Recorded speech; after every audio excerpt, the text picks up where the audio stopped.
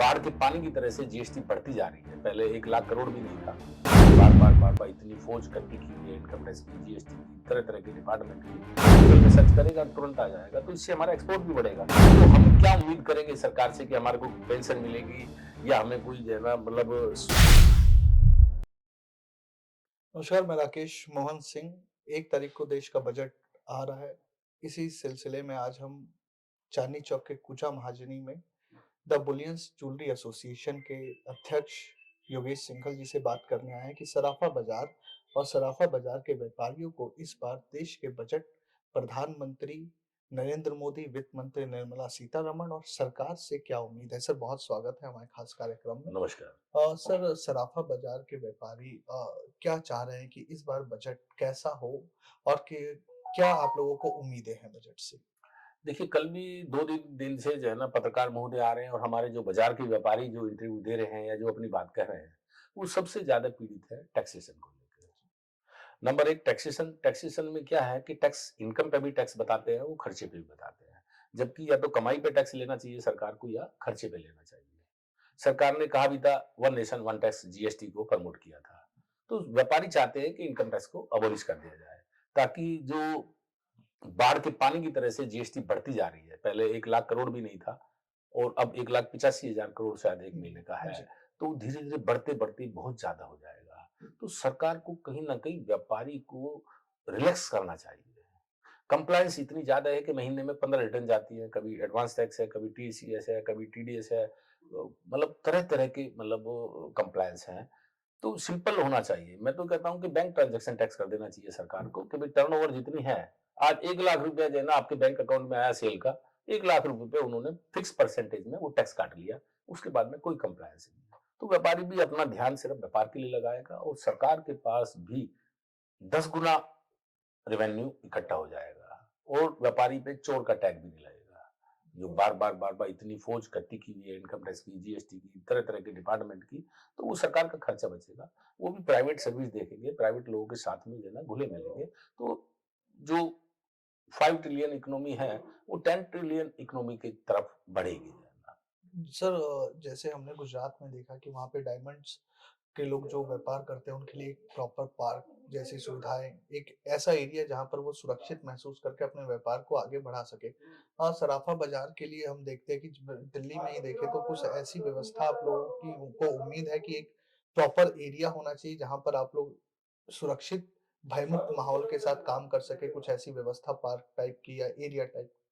देखिए, हम बराबर सरकार से डिमांड करते हैं, आप भी देख रहे होंगे जब आए होंगे हुँ, चांदनी चौक से अंदर, तो यहाँ पर मतलब हवा, पानी कुछ नहीं है। बारिश आएगी तो सड़क गीली होगी तब पता लगेगा। हवा सांस लेने के लिए भी यहाँ पर मतलब कोई ऑक्सीजन की कमी है। अगर आग लग जाती है यहाँ पे या कोई भूकंप आ जाता है तो इतनी जर्जर बिल्डिंगें हैं ये, इतना पुराना कंस्ट्रक्शन है कि यहाँ पर आदमी, जान और माल पूरी तरह से मतलब नुकसान होगा। तो सरकार को चाहिए जैसे चाइना में है कि बिजली की मार्केट अलग है, उस मॉल में जाइए, फलाने की मार्केट अलग है। तो इसी तरह से यहाँ पर भी ज्वेलरी पार्क एक जगह देनी चाहिए जिससे पूरे दिल्ली के जो ना यहाँ बैठे और अगर एक जगह बैठेंगे तो पूरे विदेश में भी पता लगेगा कि दिल्ली में अगर हमें ज्वेलरी पार्क में जाना है तो फलानी जगह जाना है।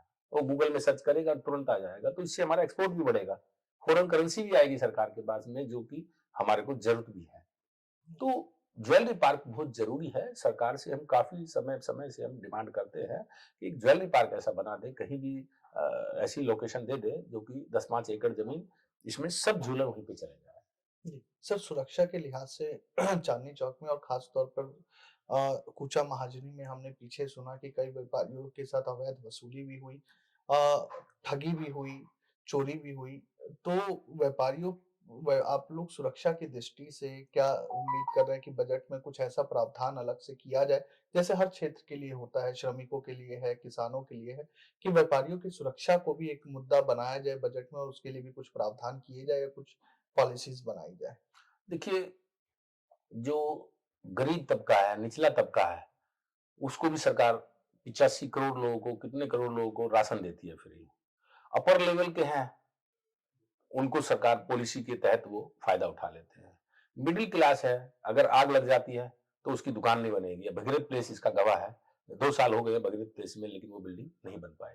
जो बर्बाद हो चुके, अब सरकार का ये भी मदद नहीं है कि जिसकी जहाँ दुकान थी वो दुकान दोबारा से बन जाए। तो हम क्या उम्मीद करेंगे सरकार से कि हमारे को पेंशन मिलेगी या हमें कोई जो है ना मतलब सुविधा मिलेगी, कोई सहायता मिलेगी। अभी 25 लाख रुपए मिले हैं कुंभ में जो मरे हैं 30 जी। लोग। व्यापारी अगर मर जाता है, जल जाता है, दुकान जल जाती है, बर्बाद हो जाता है, उसको 1 रुपया नहीं मिलता। प्रशासन से सहयोग नहीं मिलता। हर आदमी खून नोचता है उसका। आप देखिए भगत देश में 2 साल से दुकान नहीं बनी है। तो हम इतनी उम्मीद नहीं करते, हम सरकार को टैक्स देना जानते हैं और व्यापारी देता भी है।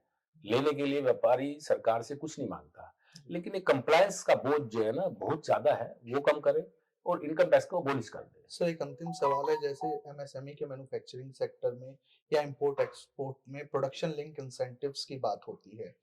सराफा बाजार में कुछ इस तरह की चीजें सरकार की तरफ से इंट्रोड्यूस या की गई हैं कि आप प्रोडक्शन लिंक्स इंसेंटिव्स वगैरह आपको सरकार की तरफ से कुछ दिया जा रहा है या उम्मीद है कि कुछ अलग तरह के इंसेंटिव्स आपको दिए जाए? देखिए पहले तो जो जितना ज़्यादा टैक्स देता है उस पे उतने ज़्यादा सरचार्ज है। जी। जबकि हमारे व्यापार में उल्टा है, अगर कोई चीज़ बल्क में खरीदता है तो उसको सस्ती मिलती है। लेकिन यहाँ पर जो जितना ज़्यादा टैक्स पेयर है, उतना ही ज़्यादा उसके ऊपर जो है ना सेस लग के उसका टैक्स रेट बढ़ जाता है। यहाँ पर मतलब इस तरह की कुछ गतिविधियाँ नहीं है जो कि एक इंसेंटिव मिले। पहले था, एक्सपोर्ट में इंसेंटिव था, इनकम टैक्स में छूट थी, लेकिन वो भी समाप्त हो गई है। लेकिन व्यापारी सिर्फ ये कहता है कि सिंपल टैक्स कर दो। आप जितना मर्ज़ी टैक्स लो लेकिन सिंपल कर दो। उसको जलेबी की तरह से घुमा-घुमा के इतना मजबूत कर दिया है कि व्यापारी सब परेशान हैं।